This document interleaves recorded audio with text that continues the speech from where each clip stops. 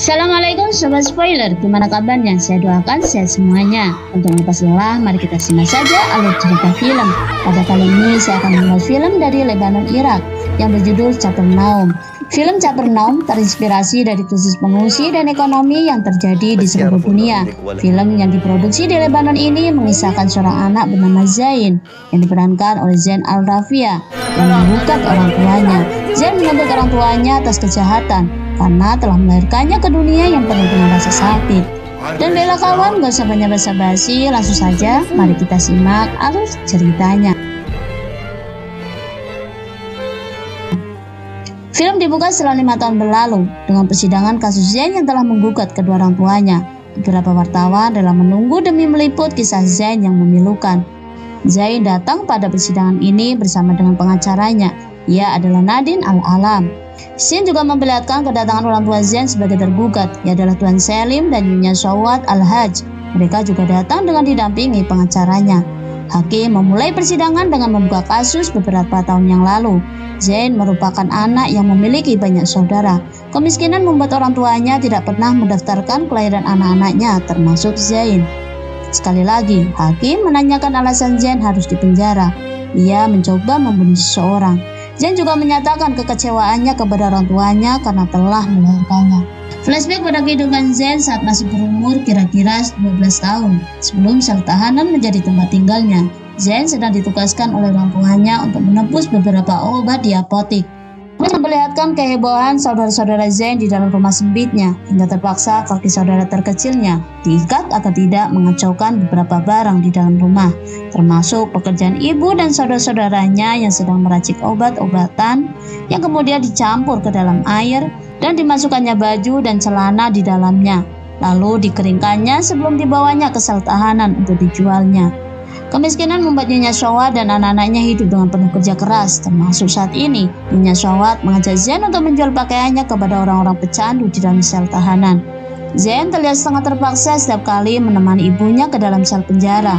Hal ini sudah menjadi rutinitas keluarganya untuk mendapatkan uang. Setelah itu, Zain pergi bekerja di toko sembako milik Asad, pemuda yang dipandang kaya oleh Nyonya Shawat. Ketika berada di sana, saat rombongan mobil dari sekolah datang, Zain selalu menatap iri dengan anak-anak yang dapat bersekolah. Zain tidak memiliki kesempatan untuk seperti mereka. Sepulangnya bekerja, Zain masih harus membawakan beberapa keperluan rumahnya. Seperti rutinitas biasanya, Asad menitipkan jajanan untuk Sahar, adik perempuan Zain. Asad menginginkan Sahar sudah dalam waktu yang lama, dan Zain tidak pernah menyetujuinya. Zain selalu membuang titipan dari Asad untuk Sahar. Pada malam harinya, Zain tidak dapat memejamkan mata karena terlalu khawatir memikirkan Sahar. Dan saat pagi datang, saat Zain baru saja terbangun, ia dikejutkan dengan bercak darah di spray yang semalam ditiduri Sahar. Bersama saudara-saudaranya, Zain mempersiapkan dagangan mereka, menjual minuman di pinggir jalan. Di kesempatan lain, Zain berbicara dengan Sahar, adik perempuan yang paling dikasihinya. Inilah Sahar yang diperankan oleh Chandra Izam, gadis yang baru saja menginjak usia remaja. Zain mengajaknya ke toilet umum yang sudah tak lagi terpakai. Di sana, sambil mencuci bercak darah di celana dalam Sahar, Zain meminta agar Sahar merahasiakan jika ia sudah datang bulan kepada kedua orang tuanya. Zain khawatir jika ibunya akan membuangnya kepada Asad. Zain melepaskan bajunya untuk dijadikan pembalut yang dikenakan Sahar. Keesokannya, Zain mencuri beberapa pembalut di toko milik Asad, kemudian lalu pergi menarik Sahar yang sedang berbicara dengan Asad. Zain memperlihatkan kedekatan keduanya. Tak hentinya Zain memperingatkan Sahar untuk tidak pernah melepas pembalutnya. Sahar mengangguk patuh dengannya. Zain juga memperlihatkan kepedulian Zain kepada Sahar ketika beberapa orang mencoba mengganggunya. Hari-hari pun berlalu. Zain mengerjakan pekerjaan seperti biasanya, mengantarkan beberapa pesanan pembeli dari toko Asad. Dan setelahnya, dari beberapa hari yang sudah berlalu, Zain dikejutkan dengan kedatangan Asad dan keluarganya di rumah Zain. Bahkan hari itu Sahar berhias sendiri. Zain mencoba merusak acara lamaran Asad, namun ancaman dari ibunya membuatnya harus berdiam diri di dalam kamar. Bahkan saat Sahar datang menemuinya, Zain marah tak ingin menatapnya. Zain sedang berpikir keras untuk menggagalkan niat ibunya untuk memberikan Sahar pada Asad. Hingga di pagi harinya, Zain mengendap mengemasi beberapa baju miliknya dan Sahar, kemudian mengambil simpanan uangnya. Zain ingin membawa Sahar kabur dari rumahnya. Sebelumnya, Zain pergi untuk mempersiapkan lainnya. Zain kembali mencuri beberapa perbekalan di toko Asad, kemudian kembali ke rumah untuk menjemput Sahar. Dan sialnya, nyata mereka diketahui oleh ibunya. Siang itu menjadi hari yang menyakitkan untuk Zain. Ibunya telah berhasil memisahkan keduanya dengan tanpa perasaan. Sahar telah dibawa ke rumah Asad tanpa mempedulikan perasaannya. Zain marah besar dengan kedua orang tuanya. Zain kembali pada persidangan hari ini. Ayah Zain, yaitu Tuan Selim, menjelaskan jika mereka menikahkan Sahar dikarenakan agar putrinya dapat memiliki kehidupan yang layak. Ia merasa tak lagi dapat merawatnya. Tuan Selim juga mengatakan keadaan rumah tangganya yang sangat menderita, terlebih ketika melihat Zain membunuh seseorang. Flashback pada waktu sebelumnya, setelah pertengkarannya di rumahnya, Zain pergi meninggalkan rumah dengan perbekalan yang ia siapkan. Namun perginya tanpa Sahar. Ia menaiki bus tanpa tujuan.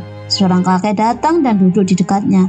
Pakaiannya sedikit menghibur Zain. Setelah percakapan mereka, kakek itu turun di sebuah wahana. Zain ikut turun dan menyusulnya setelah beberapa menit kemudian. Zain mencoba mencari keberadaannya, namun tak ada siapapun di sana. Hingga satu hari berlalu, Zain sedang memikirkan apa yang harus ia perbuat. Di sela kebosanannya, Zain membuat atraksi dengan kejahilannya.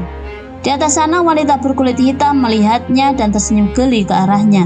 Ia adalah Rahil yang diperankan oleh Yordanos Shivorov, pendatang ilegal dari Ethiopia. Setelahnya, Zain tak sengaja menemuinya. Ia bermaksud meminta pekerjaan di tempat ini. Rahil memberinya makanan dan minuman. Mereka juga berkenalan. Rahil mengaku jika dirinya adalah Tigers. Pertemuan mereka berlalu hari itu. Zain masih mencoba mencari pekerjaan, namun tak ada yang menerimanya. Malam itu, Zain harus menahan rasa laparnya. Rahil memperhatikannya di atas gedung. Zain memperlihatkan sisi lain kehidupan Rahil. Ia sedang duduk mengawasi keadaan di depan toilet. Ada bayi yang sedang dijaganya di dalam sana. Ia adalah Yonas yang diperankan oleh Boluatif Trishul. Setiap hari saat bekerja, Rahil membawanya dengan cara menyelundupkannya. Pertemuan keduanya kembali terjadi saat Rahil bergegas meninggalkan tempat kerjanya. Zain memanggilnya, meminta sesuatu yang dapat ia makan. Rahil berhenti sesaat menatap bayinya dan Zain. Ada rencana yang sedang difikirkannya. Zain telah berada bersamanya dengan Yonas di rumah sempitnya. Rahil sedang memandikan keduanya, kemudian memberi Zain makan malamnya. Zain telah dipersilahkan untuk bermalam di rumahnya. Pagi sebelum keberangkatannya, Rahil mempersiapkan susu untuk bayinya. Hari ini ia berencana meninggalkan bayinya di rumah bersama Zain. Kemudian tak ketinggalan, Rahil menyempurnakan penyamarannya sesuai foto paspor pendatang resmi yang ia beli dari Aspro, seorang yang ia kenal. Hari pertama Zain merawat Yonas, tak ada istimewa di hari ini. Harinya ia habiskan bersenang-senang dengan Yonas hingga waktu menidurkannya. Di tempat lain, Rahil sedang mengemas makanan sisa di restoran tempat ia bekerja. Sesampainya di rumahnya, ia merasa sangat lega melihat Yonas tertidur di sisi Zain. Hari ini adalah ulang tahun Yonas yang pertama. Rahil merayakannya dengan sisa kue yang dibawanya dari restoran. Pada saat itu, Zain menceritakan kerinduannya dengan Sahar kepada Zain juga menceritakan dengan mengarang cerita tentang pesta pernikahan saudara perempuannya yang sangat mewah. Zain kembali pada waktu sekarang. Giliran Rahil yang sedang diinterogasi oleh hakim ketua. Rahil mengungkapkan jika ia harus melarikan diri dari majikan yang telah membuatnya jatuh cinta. Waktu itu ia telah dihamilinya. Karena tak ingin dipisahkan dengan bayinya, maka ia pergi dan bersembunyi. Hakim mengutarakan pertanyaan kepadanya tentang kondisi Yonas yang dititipkan kepada Zain. Rahil mengatakan jika mulanya ia telah merasakan kekhawatiran jika Zain akan melukainya. Dan kembali flashback pada hari ketika Rahil menemui Tuan Aspro. Pemuda itu kembali menawari untuk meminta Yonas darinya, namun Rahil selalu mengabaikannya. Di tempat lainnya, kecerdasan Zain menciptakan cara untuk mencari hiburan. Ia memasang kaca agar dapat melihat TV dari tetangganya. Bahkan dengan mahirnya Zain menjadi pengisi suara kartun yang sedang dilihatnya di Yonas. Hari berikutnya mereka bertiga sudah semakin dekat dengan canda tawanya. Namun kesialan datang dari tempat lain. Hari ini Rahil harus dikecewakan karena tidak menerima gajinya. Dan untuk bertahan hidup ia mencoba menemui ayah dari Yonas. Namun justru penolakan yang ia terima. Dan pada akhirnya demi mendapatkan uang, Rahil menjual sebagian rambut panjangnya. Karena faktor ekonominya, Rahil pun memutuskan untuk menjadi pelacur.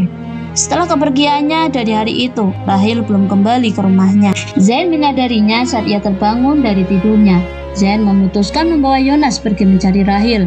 Dengan menggunakan bis umum, Zain mencarinya di tempat kerjanya yang dahulu. Teman satu kerjanya mengatakan jika Rahel sudah tidak berangkat dari kemarin. Ia meminta kepada Zain untuk menemui Tuan Aspro. Zain berjalan dengan menggendong Yonas menemui tempat tinggal Aspro. Ia bertemu dengannya di sana. Pertemuannya dengan Aspro tidak menghasilkan kabar keberadaan Rahel. Nomor yang dihubunginya tidak aktif. Malah Tuan Aspro meminta Yonas dari tangan Zain, namun Zain tidak memperdulikannya. Pada saat ini memperlihatkan perjuangan Zain dalam mengurus Yonas. Setiap ada yang bertanya, Zain memperkenalkan dengan nama samarannya. Ia juga mengakui jika Yonas adalah adik kandungnya. Pada malam harinya mereka tertidur di pinggiran jalan. Di lain tempat, Rahel ternyata tertangkap oleh polisi. Ia menangis memikirkan Yonas. Ia tidak dapat memberitahukan kepada pihak polisi karena mereka hanya akan memisahkannya. 3 hari telah berlalu. Rahel memeras air susunya yang sudah lama tak terminum oleh Yonas. Sedangkan di sana Yonas mulai menangis kehausan. Dalam keadaan ini, Zain masih bertahan merawatnya. Ia membeli susu untuk Yonas. Bahkan Zain merampas botol susu milik bocah di luar sana untuk diberikan kepada Yonas. Namun itu tidak berhasil. Yonas menginginkan susu dari ibunya. Hari sudah berganti. Tidak ada yang tersisa untuk dimakan di rumah Rahel. Zain mengambil es batu kemudian dicampur dengan susu. Hal ini justru berhasil. Yonas menikmatinya. Berlalunya waktu, Yonas mulai terbiasa dengan Zain tanpa Rahel. Mereka bertahan hidup dengan makanan seadanya. Keadaan mereka diperburu dengan air yang tak lagi mengalir di rumahnya. Zain mulai beranggapan jika Yonas telah ditinggalkan ibunya. Dengan berbagai cara, Zain membuatkan sesuatu yang dapat digunakan untuk membawa Yonas tanpa perlu menggendongnya. Ia kembali datang untuk bertemu dengan Tuan Aspro. Di tengah jalan ia bertemu dengan bocah cilik seumurannya, menceritakan suatu tempat yang akan memberikannya keperluan rumah. Namun itu hanya untuk penduduk Suriah. Bahkan ia juga menyampaikan tempat yang paling layak untuk dihuni anak-anak seperti mereka, yaitu di negara Swedia, tempat pemukiman orang-orang Suriah. Gadis itu meminta agar Zain menemui Aspro untuk dapat membawanya ke sana. Berhasillah Zain keesokan harinya. Ia mengaku dari Suriah demi mendapatkan susu dan popok untuk Yonas. Setelah berhasil mendapatkannya, Zain duduk di pinggir jalan memberikan 1 suapan susu bubuknya kepada Yonas. Keesokannya ia datang menemui Aspro dengan berniat menjual tangki air dari rumahnya. Sampainya di sana, ia masih mendapatkan tawaran yang sama. Dan Aspro meminta supaya Zain menyerahkan Yonas padanya dengan imbalan uang. Bahkan kali ini Aspro menawarkan ia akan membawa Zain ke suatu tempat di mana ia inginkan, dengan catatan memberikan Yonas padanya. Sepulangnya dari tempat Tuan Aspro, mereka mampir di tempat cucian mobil untuk membersihkan diri, dibantu dengan para pekerja yang ada di sana. Saat Zain sedang menjemur pakaiannya, ia mendapatkan ide untuk dapat menghasilkan uang. Zain pergi ke apotek menebus obat seperti yang dulu ia lakukan. Ia meraciknya dengan campuran air laut. Saat ia sibuk meracik, kaki Yonas ia ikatkan ke suatu tempat agar tidak mendekatinya. Setelah siap, Zain menjualnya kepada pemuda di sana. Mulanya Zain dapat menjualnya dengan mudah. Ia mendapatkan uang yang cukup untuk ditabungnya, tak peduli seberapa banyak pemuda mabuk yang mengganggunya. Namun perjuangannya berhenti seketika. Rumah yang mereka tinggali sudah tidak dipersilakan lagi untuk ditinggali oleh pemiliknya. Zain mengamuk sebelum pergi meninggalkan rumahnya. Mereka kini telah menjadi gelandangan. Zain mulai berputus asa merawat Yonas. Ia telah membulatkan niatnya untuk meninggalkan Yonas di pinggir jalan. Namun balita itu terus memanggilnya. Kemudian Zain mencoba mengikat kakinya dan meninggalkannya. Dan masih tetap juga tidak dapat meninggalkannya karena Yonas telah mengikat hatinya. Kemudian demi untuk kebaikan keduanya, Zain memilih menyerahkan Yonas kepada Tuan Aspro. Keadaannya tak dapat lagi mengalahkan kesedihannya berpisah dengan Yonas. Zain menyerahkannya dengan imbalan. Zain meminta kepada Aspro untuk mengirimnya ke Swedia.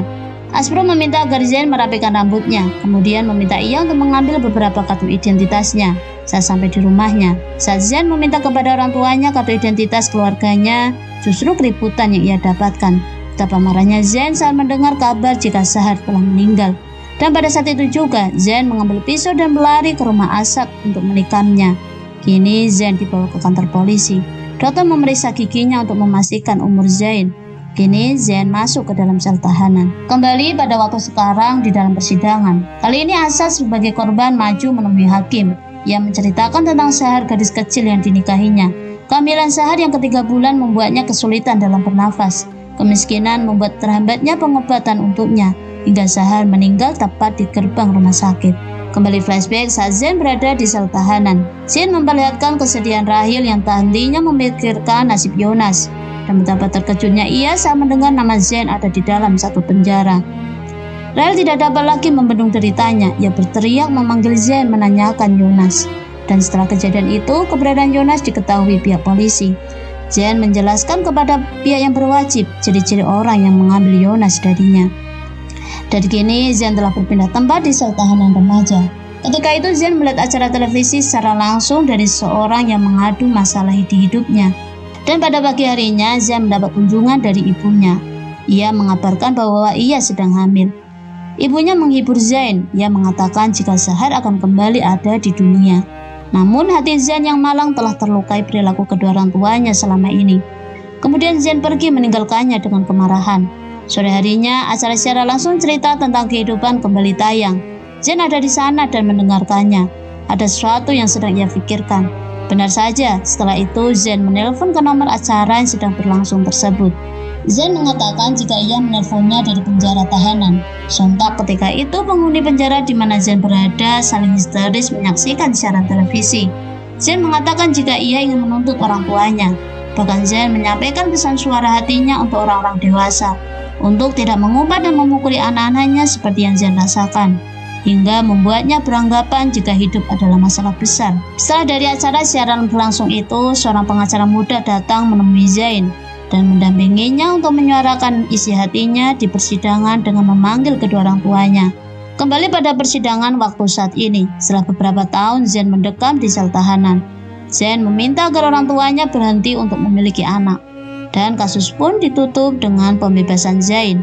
Ia akan dikirim ke tempat yang Zain inginkan. Di luar sana, penjualan bebas manusia telah ditangkap. Yonas berada di sana. Kemudian berkat Zain, ia dapat kembali bertemu dengan ibunya. Dan film pun berakhir. Baiklah kawan, sampai bertemu di konten berikutnya. Jangan lupa klik subscribe, share, like, and comment. Dan jangan lupa klik loncengnya. Dan alangkah lebih baiknya jika kalian menonton filmnya secara langsung. Dan bye-bye. Assalamualaikum.